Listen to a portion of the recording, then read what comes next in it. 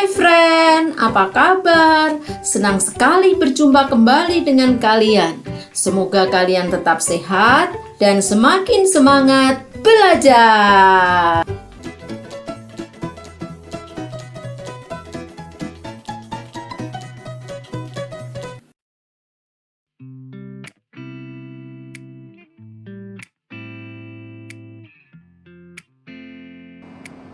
Hai, pada pertemuan kali ini kita akan belajar tentang pengukuran.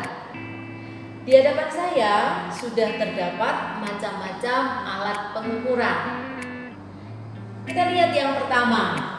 Ini disebut sebagai labu ukur. Ada dua jenis, ada yang besar dan ada yang kecil. Di sini tertera ukurannya. Kemudian kita juga melihat ada gelas ukur. Gelas ukur mempunyai volume 100 ml, 50 ml, 25 ml, dan 10 ml. Kita juga mempunyai alat. Di sini ada pipet ukur. Dalam pipet ukur ini ada skala. Ini 10 ml, kemudian dibagi per mililiter. Setiap mililiter masih dibagi lagi dengan 10 skala. Berikutnya, ini bentuknya mirip, tetapi hanya ada satu penanda, yaitu garis pada bagian atas yang menyatakan volume dari larutan yang terdapat dalam pipet volume ini. Selanjutnya kita punya buret. Kalian lihat buret ini panjang dengan ukuran sampai dengan 50 ml. Selanjutnya kita akan melihat alat ini. Alat ini bernama beker glass atau gelas kimia. Alat ini dapat digunakan juga untuk mengukur volume, tetapi ketelitiannya rendah. Mengapa? Karena diameter dari gelas ukur ini besar. Kalian perhatikan, ini angka 1000, ini angka 800, sedangkan di sini ada garis di tengah menunjukkan volume 900. Berarti tingkat ketelitian kita sangat rendah. Begitu pula untuk ukuran yang paling kecil. Sebagai contoh, saya ambil gelas ukur berukuran 50 ml. Skala yang terdapat di sini adalah 10, 20, 30, 40, dan 50. Hal ini berarti kalian hanya akan dapat mengukur ketelitiannya per 5 ml karena kemungkinannya berada antara 10 dengan 20, kemungkinan 15. Alat berikutnya kita sebut ini Erlenmeyer. Erlenmeyer ini mempunyai ukuran dari 10 ml sampai 2 liter. Seolah-olah Erlenmeyer ini mempunyai tingkat ketelitian yang lebih tinggi karena pada bagian atas ini mengecil. Tetapi jika kita perhatikan skala yang terdapat pada Erlenmeyer ini, kita lihat dari 50 ke 75. Berarti tingkat ketelitian kita juga rendah. Apalagi untuk Erlenmeyer yang lebih besar. Kita perhatikan, di sini skalanya 100, 150, 200, dan 250. Berarti kita bisa melakukan kesalahan pengukuran berkisar 50 ml. Jadi, apa kegunaan gelas kimia dan Erlenmeyer ini? Gelas kimia dan Erlenmeyer ini dapat digunakan untuk membuat larutan. Pada saat kita melarutkan kristal untuk menampung larutan yang sudah jadi, dan khusus untuk Erlenmeyer kita gunakan untuk proses titrasi.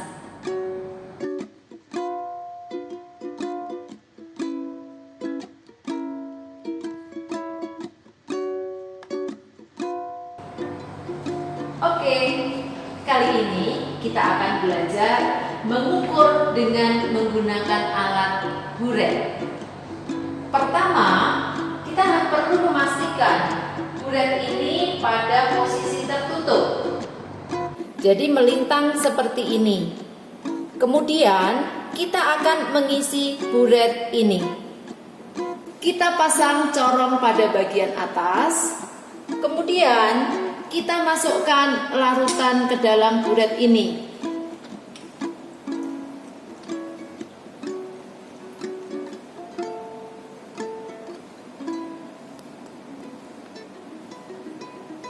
Perhatikanlah, kita mengisi buret ini lewat dari angka 0 di atasnya. Cara memegang buret, ini tangan kiri. Nih ya, tangannya begini, kemudian kita buka.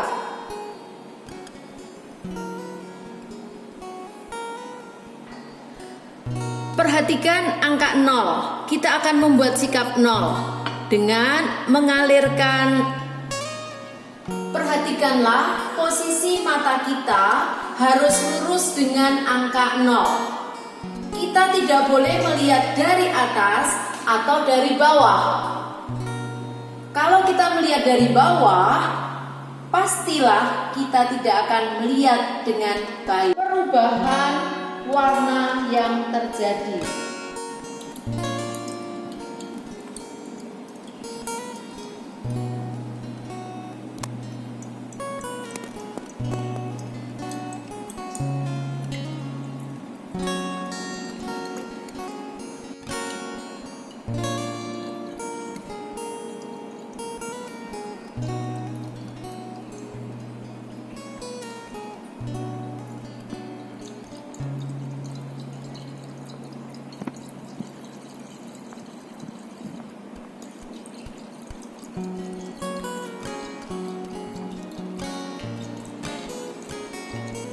Perhatikanlah, sudah mulai terlihat warna pink.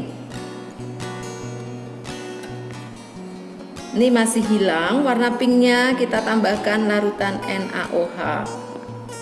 Tetes demi tetes. Ya, lihat, ini sudah kita dapatkan warna pink yang menetap, tidak berubah lagi. Nah, sekarang kita lihat, ternyata larutan ini antara angka 34 dengan 33. Kemudian kita perhatikan skala yang lebih kecil. Kita usahakan mata kita lurus melihatnya. Nah, kita lihat ini berada pada skala kelima. Artinya larutan ini yang sudah digunakan bervolume 33,5 ml.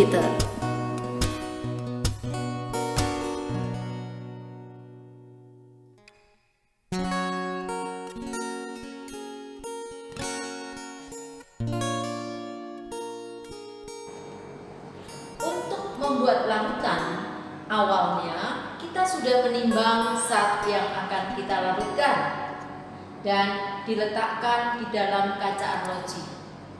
Kemudian kristal ini kita masukkan ke dalam gelas kimia yang sudah berisi air.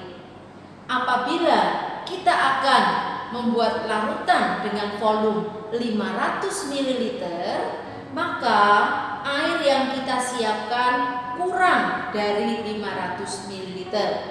Selanjutnya kita masukkan secara perlahan-lahan semua zat yang akan kita larutkan. Kita aduk hingga terlarut semuanya. Nah, ini sudah terlarut semuanya. Selanjutnya, untuk mengukur volume secara tepat 500 ml, kita menggunakan labu ukur. Labu ukur ini terdapat label 500 ml pada suhu 20 derajat Celcius. Kita buka, tutup labu.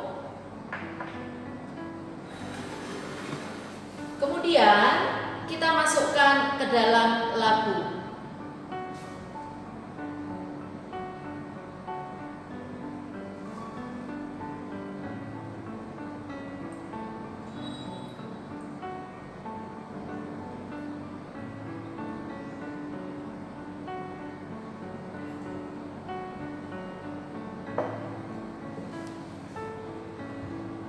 Untuk menambahkan volume larutan hingga 500 ml, kita gunakan botol semprot.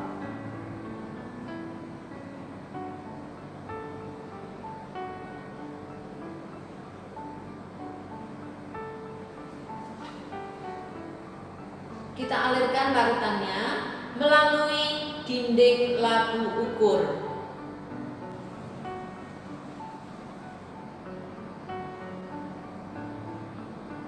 Kita harus berhati-hati apabila sudah mendekati tanda batas. Kita berikan tambahan air sebelum tanda batas.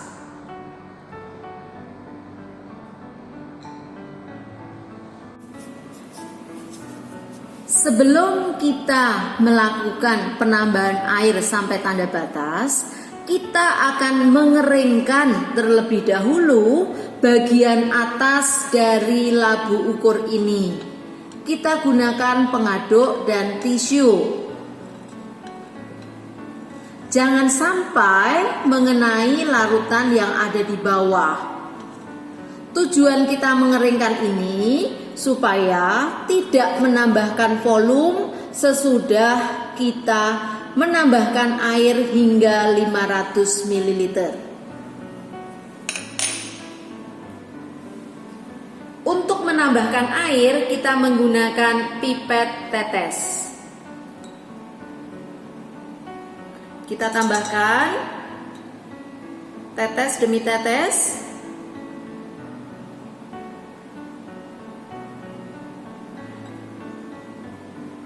Ingat sekali lagi, posisi mata kita harus lurus dengan garis.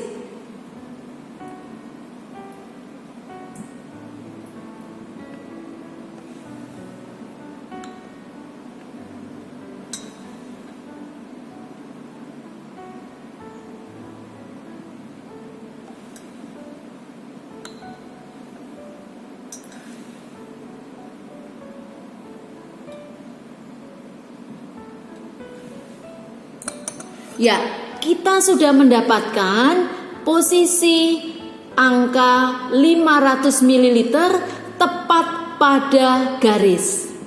Kalian perhatikan sekaligus bahwa di sini ada air yang kelihatan melengkung.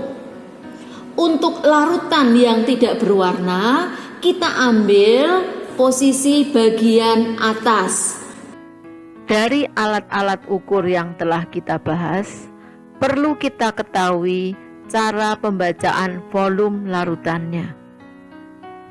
Karena jika terjadi kesalahan, akan menghasilkan hasil analisis atau perhitungan yang tidak akurat.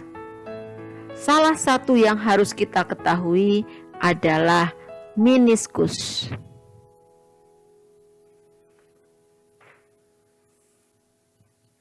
Apakah itu meniskus? Meniskus adalah batas lengkungan cairan pada alat ukur. Meniskus dibagi menjadi dua, yaitu meniskus cekung dan meniskus cembung. Meniskus cekung terjadi akibat gaya adhesi yang lebih kuat. Biasanya terjadi pada larutan atau cairan yang tidak berwarna.